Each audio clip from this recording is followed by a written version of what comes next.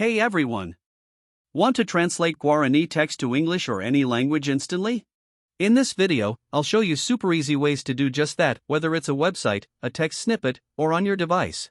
Let's get started. Method 1. Translating an entire website. If you'd like to translate a whole website, here's a simple way to do it. Open your preferred web browser, like Google Chrome. Head to the website you wish to translate. In the top right corner, click on the 3 vertical dots. In the drop-down menu, select the Translate option. Now, a small dialog box will appear.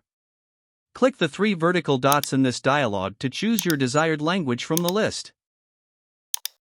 And just like that, your website is translated. Method 2. Translating a paragraph or section of text.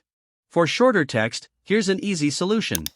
First, copy the text you want to translate. Open your web browser on either your mobile or desktop and go to translate.google.com. The link is also in the description. Once you're on Google Translate, paste your copied text into the box on the left.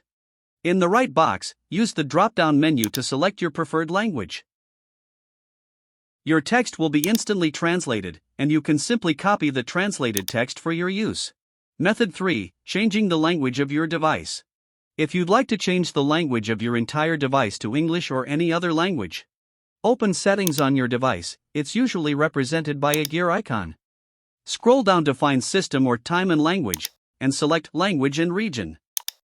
Tap Add a Language and select English, or your language of choice, from the list. After selecting your language, click the Next button. Now you can install it to use your selected language on your device. And there you have it. Your device's language is now changed. Congratulations! You've unlocked some simple yet powerful techniques for translating text and switching the language on your device. If you found this video helpful, don't forget to like, subscribe, and hit that bell icon for even more tips and tutorials.